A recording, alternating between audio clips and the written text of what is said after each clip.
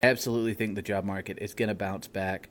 And I really think we need to take a look at what happened in big tech to really understand what's going on right now. And essentially, throughout the pandemic and the subsequent year afterward in 2021, companies like Amazon and Meta just overhired. I mean, Amazon profited a ton through the pandemic with deliveries up and cloud usage up on their AWS services. And really, when it came down to it, they kept projecting more and more growth, which meant they just had to hire and hire and hire more and more people. Same with Meta. Social media went up. They were projecting the metaverse was going to take off. Obviously, they changed their name to Meta. And again, they overhired. Now, I had a unique perspective with this because pretty much every recruiter I talked to in 2021 when I was hiring recruiters, pretty much every single recruiter I talked to had interviews going on with Meta and Amazon, usually as contract recruiters. So I saw basically a massive amount of recruiters getting hired at Amazon and Meta, and obviously those are two of the companies that have had some of the massive layoffs. Across tech as a whole, they were just anticipating so much growth.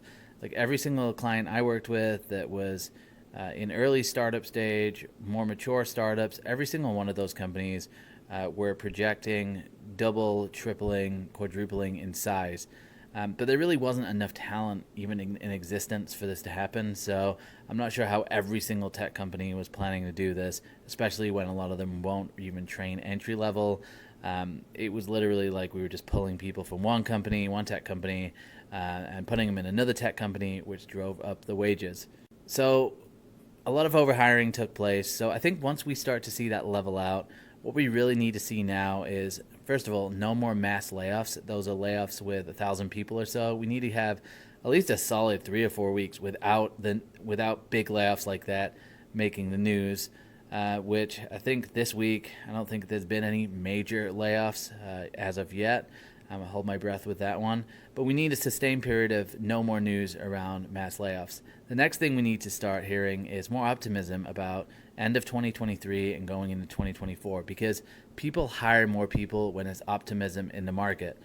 When the market goes up and people are optimistic about the future, people start hiring, which makes the job market open up. So yes, I do think it will change, and you can hold me to this, but I'm willing to bet that within the next 2 to 3 months we'll start to see a shift, and it will start to return not to where it was in 2021, but maybe 40 to 50% of that demand again.